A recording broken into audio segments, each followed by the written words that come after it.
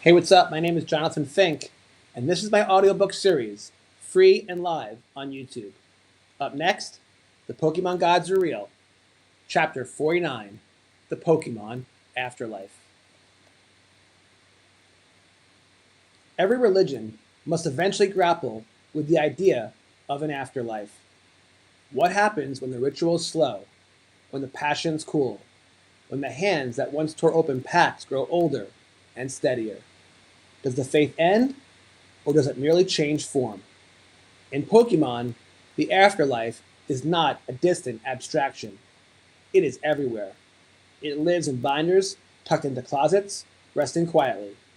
It lives in childhood collections stored in shoeboxes, carried through moves, marriages, careers, and decades of life.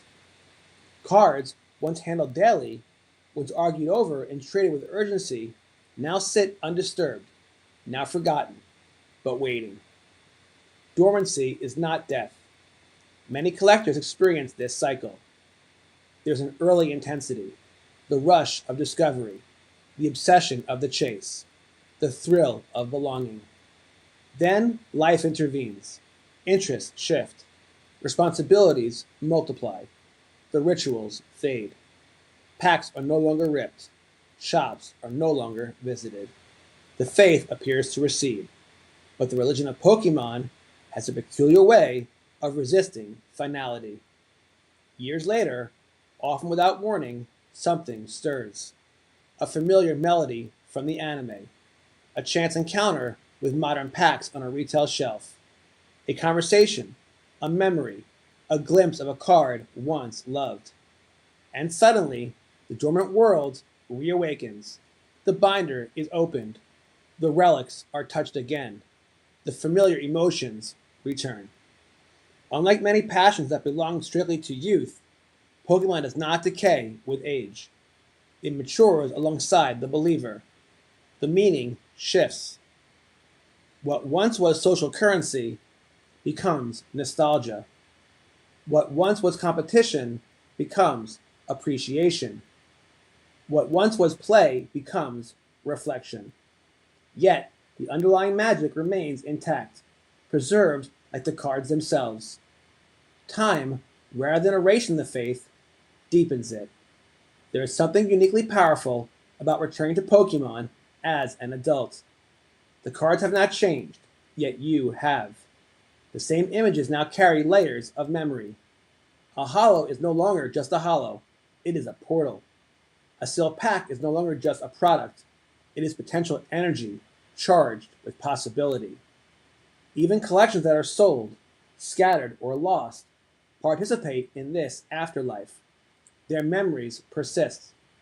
Former collectors can describe their childhood cards with astonishing clarity. The texture, the artwork, the emotions attached. The physical objects may vanish, but their psychic imprint remains.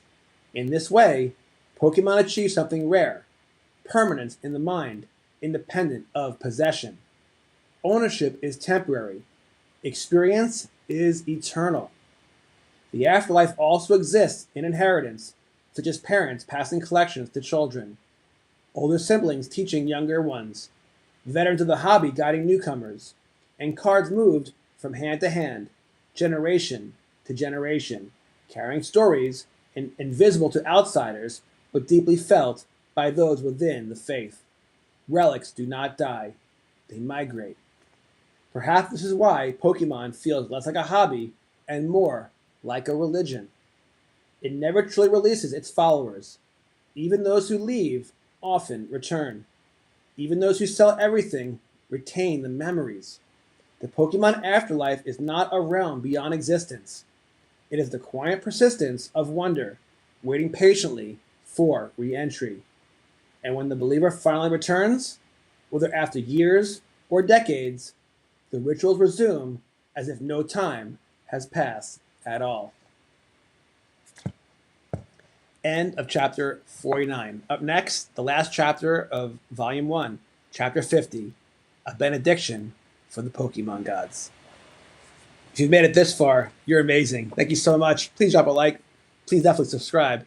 You guys take care. Looking forward to chapter 50. God bless.